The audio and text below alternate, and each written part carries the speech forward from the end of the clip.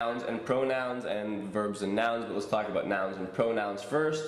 So pronouns must refer unambiguously to their antecedents. So the antecedent is the grammatical term for the word that a pronoun is referring to.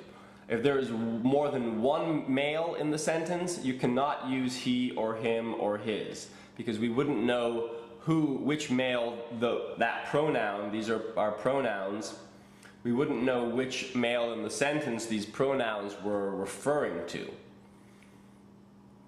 The correct relative and interrogative pronouns for people is whom and whose or whom. So whose shoe is this? Who is that? For non-people, we use the word which. It's important to never use the word which to refer to people. We use the words who, whose, and whom in the interrogatives. Prediction allows us to quickly eliminate some answer choices. So let's take a look. Found on several Indonesian islands, Komodo dragons dominate their habitat and grow to lengths of up to 10 feet, running swiftly enough that deer and wild boar serve as its primary live prey.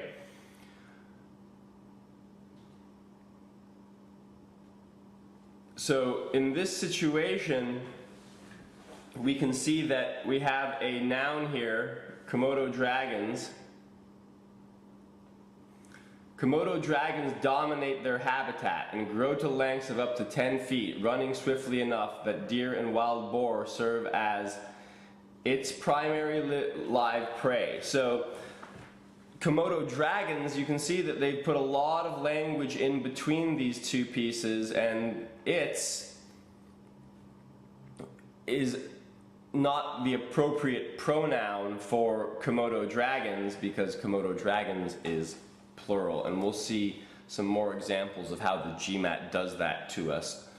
So agreement questions, just to keep it very simple for us, agreement questions also focus on the agreements of nouns and verbs. So when we're testing noun and verb agreement, this is how they have to agree. They have to agree in number.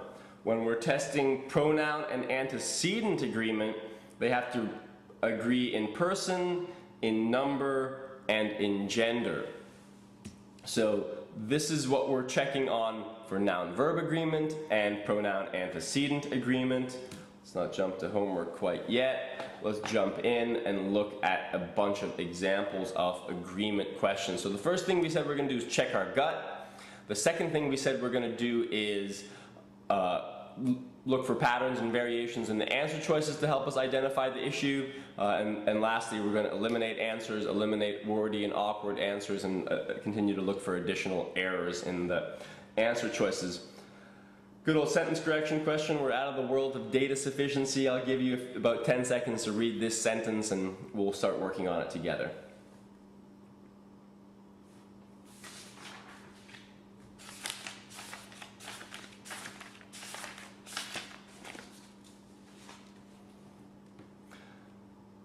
Great, so let's take a look. Outrage over the taxation of paper, the key raw material used by revolutionaries to disseminate propagandist documents, are spreading throughout the colonies, and officials fear violence will ensue.